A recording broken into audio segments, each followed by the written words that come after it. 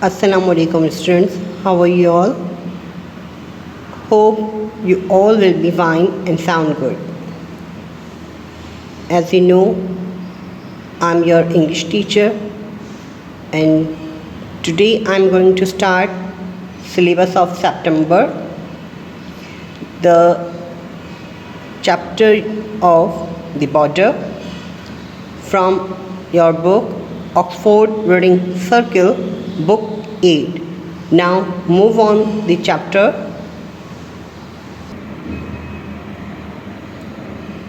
Unit 10, the border. He arrived at our house on a Sunday in November 189. I still say our house, although that house is no longer ours. We left the region 15 years ago and we will certainly never return. We lived in the apartments of the upper school of St. Angle. My father, whom I used to call Monsieur Cyril, like the other students, directed the higher course where pupils were prepared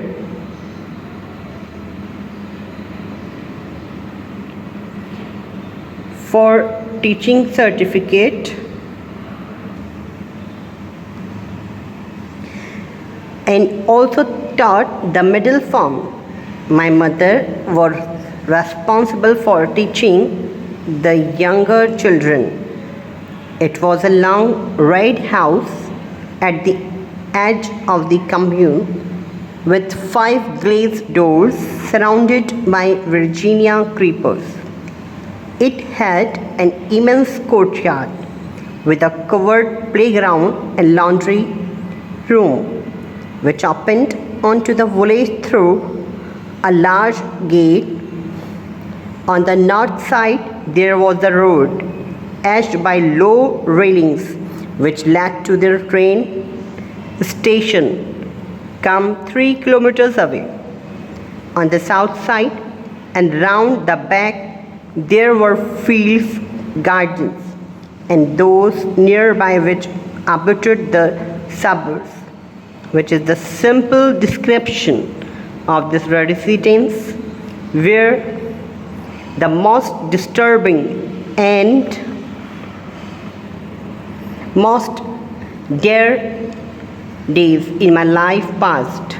The residence from which our adventures left and returned to break like waves of the sea on an isolated rock. It must have been a chance decision made by an inspector or prefect that had caused us to end up there. Towards the end of the holidays, a long time ago, a farmer's cart, followed by our furniture and household goods, set us down, my mother and myself, in front of the rusty low railings. Children who had been stealing peaches from the garden escaped silently through holes in the hedge. My mother, whom we used to call Millie, and who was easily the most meticulous housewife that I have ever known, immediately went into the dusty rooms and at once desperately concluded, as she did after each move, that our furniture would never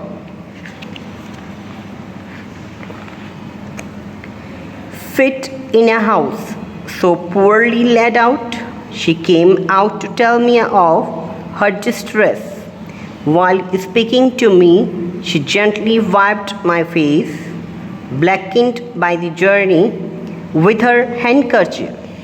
She then returned to count all the openings which would need to be closed up in order to make the lodging habitable. As for me, wearing a big straw hat with ribbons, I remained there on the gravel of the strange courtyard to wait and to explore around the well and beneath the shed. That's the way that I now imagine our arrival probably was, because when I went to recall that distinct memory of lingering in the courtyard of our home at St. Agatha on the first evening, there are now other times when I remember waiting, my two hands grasping the bars of the gate. I see myself anxiously looking down the street, waiting for someone to appear. And again, if I try to imagine the first night that I passed in my bedroom, in the middle of the attics of the top floor, there are other nights that come to mind. I am no longer alone in this room. I wonder, presence of excites me a reassuring shadow moving to and fro on the walls. My memory of this peaceful landscape with the school, old Martin Field with its 3 walnut trees and garden, which was always filled every day after 4 o'clock by visiting women, has been disturbed and is transformed forever by the person that invaded my adolescence, and whose final absence even then did not give me peace. We had been living in the house for 10 years when Mullins arrived.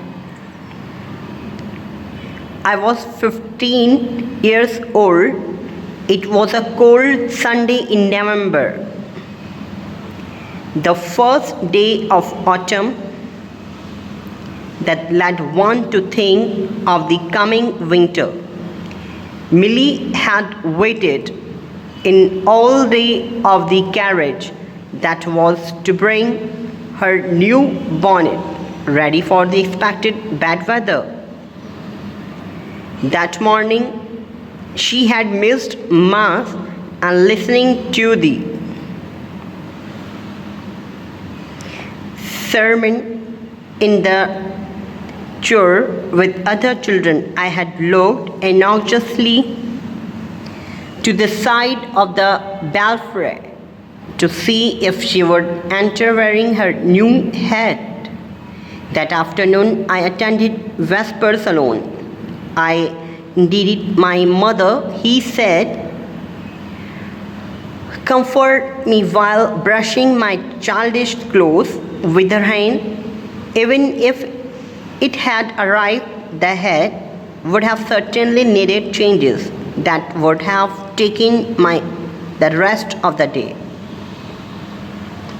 That was the way we often passed our Sundays in winter.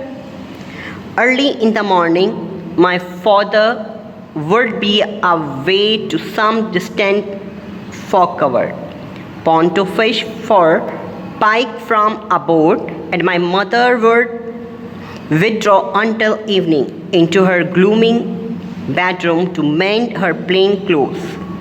She did this way in case one of her friends, also as proud and poor as she was, might come in and surprise her.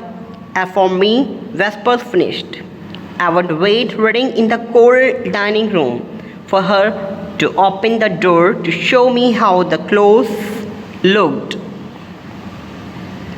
That particular Sunday, our spectacles in front of the church kept me outside after the service, while children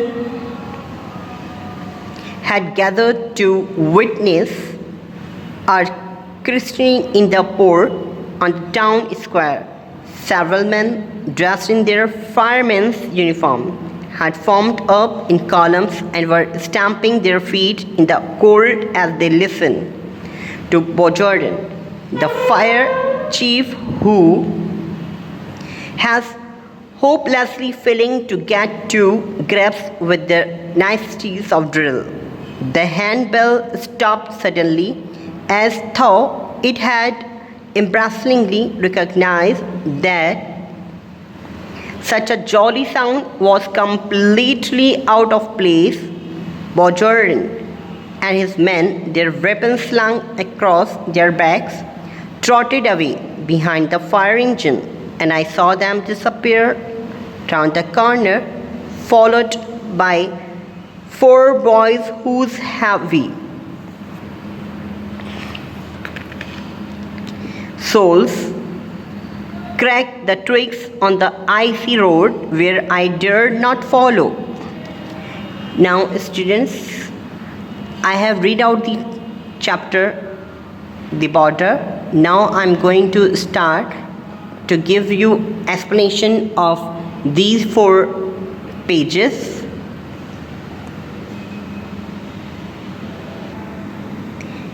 It is the story that about the house which was no longer, but the boy talks about 15 years ago.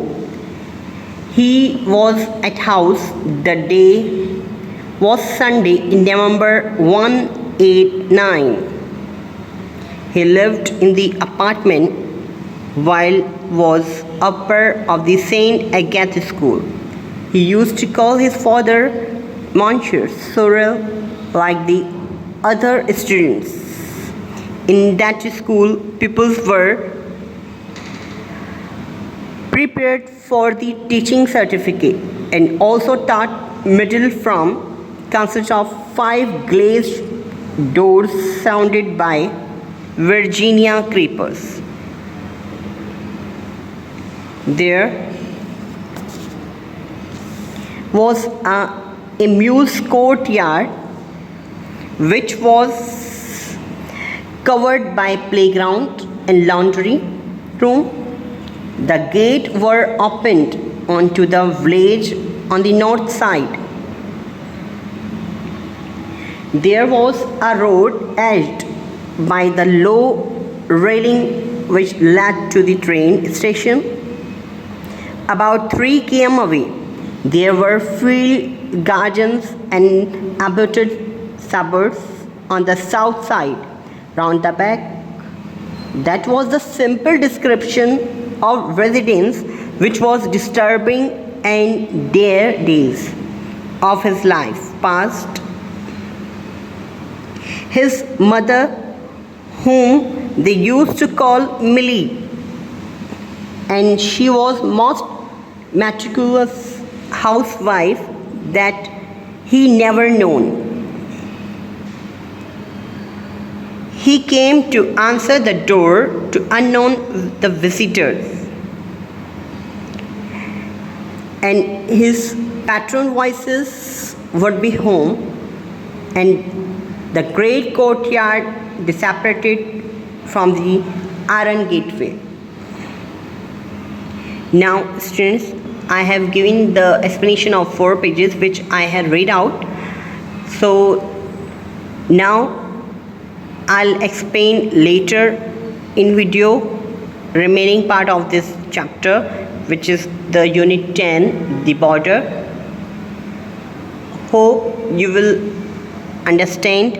If you get any kind of query and problem, you can ask to me in my group, and I will answer you all the questions which you will be asked.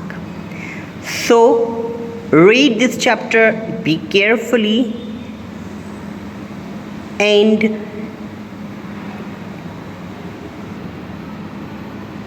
try to writing 1 page by yourself to improving your handwriting.